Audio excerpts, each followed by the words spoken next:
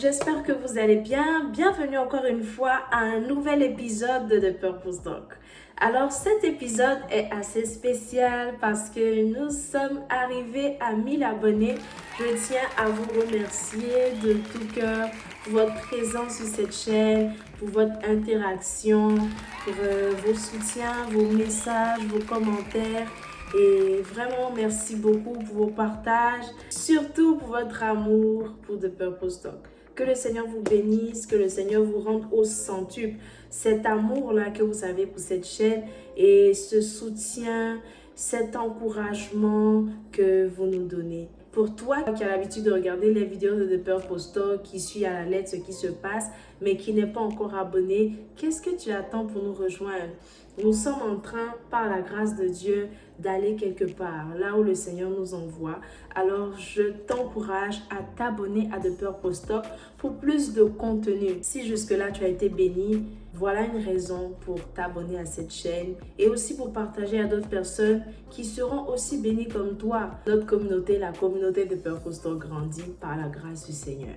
Et que cette croissance-là continue encore et encore et que les messages véhiculés sur cette chaîne touchent de plus en plus les enfants de Dieu et surtout les personnes qui ne connaissent pas le Seigneur. Le message de ce jour est assez particulier. Alors aujourd'hui, je veux vous raconter une histoire. Alors il s'agit d'un groupe d'amis qui boivent de l'alcool, ils fument, ils sortent avec plusieurs femmes. Et les femmes dans le groupe qui sortent aussi avec des hommes, ils fréquentent des boîtes de nuit. Et donc, ils vivent une vie, disons, de débauche. Donc, ces personnes-là volent et causent vraiment beaucoup de tort aux gens. Qui parlent de troubles, qui parlent de vol, qui parlent de crimes, parlent aussi de police. Donc, la police n'est jamais loin de ce genre de choses.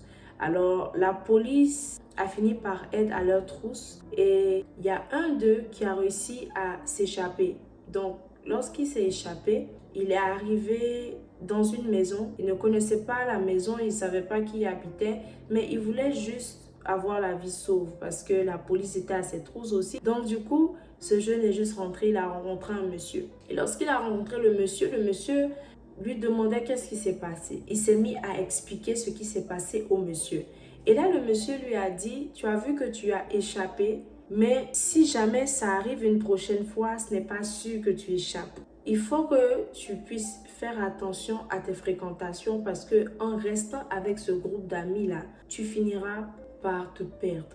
En restant avec ce groupe d'amis-là, tu seras un jour attrapé aussi par la police si jamais il y a d'autres tentatives. Donc pour éviter ça, je te conseillerais vraiment de te détacher de ce groupe d'amis-là et d'aller vivre une vie correcte. Aujourd'hui, tu as pu avoir la vie sauve. Aujourd'hui, tu as pu échapper.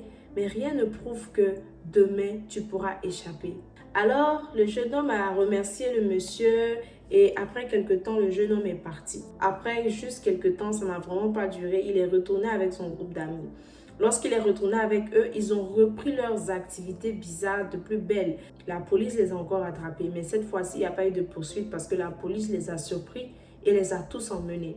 Lorsqu'ils sont arrivés, on les a enfermés dans une cellule et à un moment, on leur a dit, vous devez maintenant rencontrer le juge. Le jeune homme qui avait échappé la première fois et qui a rencontré le monsieur s'est retrouvé dans la salle avec le juge. Et lorsqu'il s'est retrouvé dans cette salle, il se rend compte que le juge est en fait le monsieur qu'il a rencontré à la première poursuite avec la police, monsieur qui a sauvé sa vie, disons.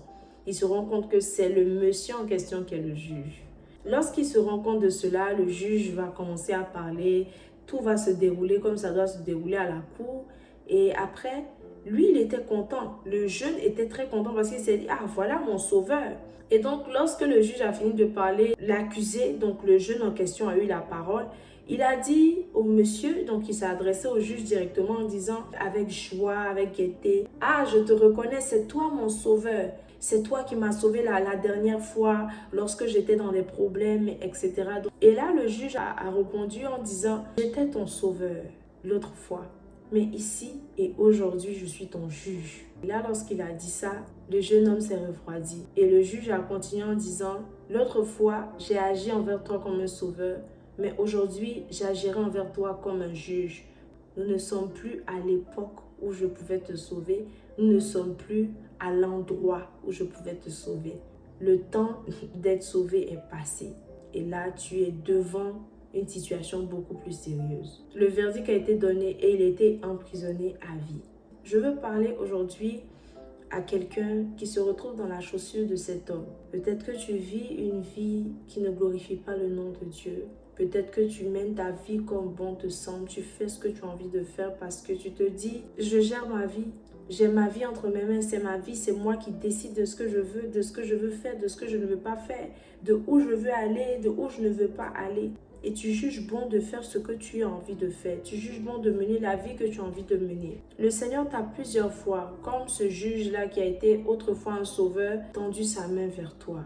Il t'a plusieurs fois donné cette chance de lui donner ta vie.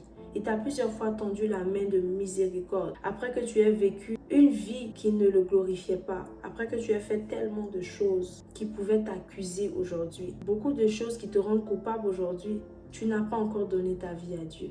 Tu n'as pas encore tendu cette main-là. Tu n'as pas encore ouvert la porte au Seigneur Jésus. Comme la situation de ce jeune homme, en ce moment, tu es dans la période de la grâce. Tu es au moment de la grâce, à l'ère de la grâce. Et le Seigneur Jésus est encore un sauveur en ce moment précis.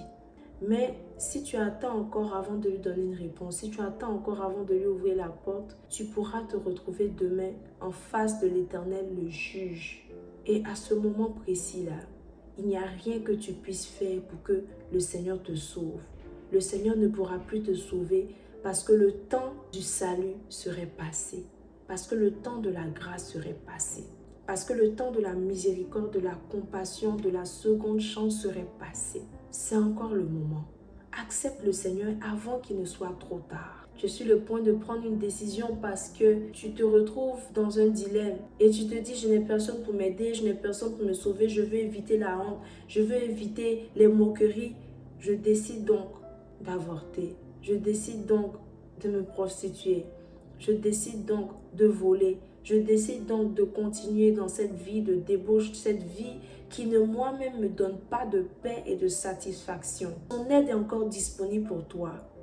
Il suffit juste de crier à lui et il te viendra en secours. Ça peut être la dernière fois. Aujourd'hui, ça peut être le dernier jour. Tu iras voler, mais peut-être que c'est la dernière fois que tu reviendras chez toi à la maison. Peut-être qu'aujourd'hui, c'est ta fin. Peut-être qu'aujourd'hui, c'est ton dernier jour sur terre. Ne pars pas sans avoir accepté le Seigneur Jésus. Parce que demain pourrait être trop tard. Tu es encore dans une période où le Seigneur peut t'accepter. Quelle que soit la vie que tu as menée, quelles que soient les erreurs que tu as faites, quels que soient les gens que tu as tués, quel que soit ce que tu as pu faire, il y a encore de l'espoir. Le Seigneur te tend encore la main. Tu n'es pas trop sale pour être accepté. Justement, le Seigneur est venu pour les gens qui sont sales, pour les gens qui ont besoin d'aide. Tu n'es pas trop sale pour revenir à Dieu. Tu n'es pas trop sale pour prendre sa main. Sa main est encore disponible malgré qu'il sait que tu te considères comme impur. Tu ne te laves pas parce que tu es propre, tu te laves parce que tu es sale. Et c'est ça le rôle du sang de Jésus. C'est encore ça le rôle de Jésus. Il est là parce que tu as besoin de lui. Tu as tout essayé et tu continues d'essayer de faire des choses pour pouvoir combler le vide que tu as dans ton cœur. Mais tu vois qu'au fur et à mesure, rien ne s'arrange. Au contraire, tu sombres encore et encore. Tu te rends compte que ce n'est pas la solution, mais tu continues. Jésus est la solution. Ce gars-là, il pensait qu'il avait une deuxième chance. Il pensait que le monsieur était encore pour lui un sauveur. Mais c'est fini. Donne ta vie à Dieu. Donne ta vie à Jésus avant qu'il ne soit trop tard. Avant que tu ne puisses plus être dans les conditions pour être sauvé. Avant que le Seigneur devienne un juge et donne son dernier jugement te concernant. Tu peux certainement te demander pourquoi je suis jeune comme toi et je te parle de Jésus. Ça t'intéresse de savoir pourquoi j'ai autant d'intérêt en cette personne, en ce Jésus. C'est parce que je sais ce qu'il a apporté dans ma vie. Je sais la paix qu'il me donne. Je sais la tranquillité que j'ai. J'ai Jésus et c'est lui qui me donne la paix du cœur. C'est lui qui me donne la force de pouvoir me relever, même quand tout est sombre, même quand il y a des difficultés, même quand je me pose des questions, même quand j'ai ce vide-là et que je ne sais pas qu'est-ce qui pourrait combler ce vide, je sais que c'est Jésus qui peut le faire. Même lorsque je sens perdu et je ne sais plus où aller, c'est lui qui me donne la direction. J'ai plusieurs fois prié, invoqué son nom et il m'a répondu. Il m'a défendu, il m'a protégée. Peut-être que je serais déjà morte, mais le Seigneur m'a donné la vie. Et c'est cette vie-là qui me donne l'opportunité de pouvoir te parler aujourd'hui. Peut-être que les membres de ma famille seraient déjà morts au moment là où je suis en train de te parler. Mais s'ils sont encore en vie, c'est par sa grâce. C'est parce que je l'ai dans ma vie. Toute solution que je cherche se trouve en lui. Et même en tant que jeune, avec cet avenir qui est devant moi, je suis sûre que cet avenir est brillant, cet avenir est glorieux, seulement parce que je l'ai dans ma vie. Peut-être que tu es là, tu es en train de m'écouter, et lorsque tu essaies de penser à ton avenir, tu ne vois que le noir. Tu ne sais même pas ce qui va arriver dans ta vie. Tu te dis même qu'il n'y a plus d'espoir pour moi. Je vais juste vivre le moment présent, mais je ne sais même pas ce que je vais devenir demain. En Jésus, tu peux avoir un avenir glorieux.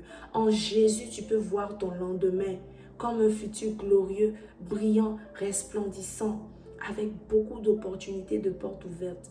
Avec Jésus, c'est possible. Avec Jésus, c'est possible de voir ta vie aller à un autre niveau. Avec Jésus, c'est possible de voir cette situation se décanter. Cet amour que tu n'as pas eu de tes parents, de ta famille, le Seigneur est capable de combler ce vide. Tu te dis, même si mes parents m'ont pas aimé, est-ce que c'est ce Jésus-là qui peut m'aimer?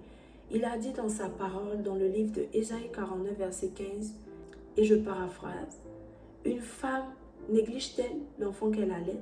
Oublie-t-elle le fruit de ses entrailles? Quand même elle oublierait, moi l'Éternel, je ne l'oublierai point. » L'Éternel ne peut jamais t'oublier parce que c'est lui qui t'a créé et c'est lui qui t'a aimé le premier. Le Seigneur t'aime encore et il te tend cette main. Accepte cette main. Il frappe à ta porte. Il est patient, oui. Ne rate pas cette opportunité. Si tu veux accepter le Seigneur, répète ces paroles après moi. Seigneur Jésus, merci pour cette opportunité que tu me donnes en ce jour. Je te demande pardon parce que j'ai vécu depuis tout ce temps, une vie qui ne te glorifie pas. J'ai fait des choix de moi-même. J'ai mené ma vie comme bon me semblait. Mais je me rends compte aujourd'hui que cette vie ne te glorifiait pas et que j'ai péché contre toi. Accepte-moi aujourd'hui comme pécheur et pardonne-moi mes fautes et mes transgressions. Pardonne-moi et lave-moi de ton sang, purifie-moi. Seigneur, merci parce que tu inscris mon nom dans le livre de vie. Merci parce que tu m'accueilles comme une nouvelle créature. Merci parce que les choses anciennes dans ma vie sont passées et toutes choses deviennent nouvelles en cet instant. Merci Seigneur parce que tu me remplis de toi, tu me remplis de ta vie et tu changes ma vie. Merci pour ton esprit qui vient habiter en moi en cet instant. Merci Jésus pour cette nouvelle vie que tu me donnes. Merci parce qu'à partir de cet instant, je t'accepte comme mon Seigneur et mon Sauveur, le Dieu de ma vie. Je te donne les rênes de ma vie. Prends les rênes de ma vie et établis ton règne dans ma vie. Je fais de toi le maître de toute mon existence. Dirige-moi et que ma vie soit pour ta gloire. Au nom de Jésus. Amen.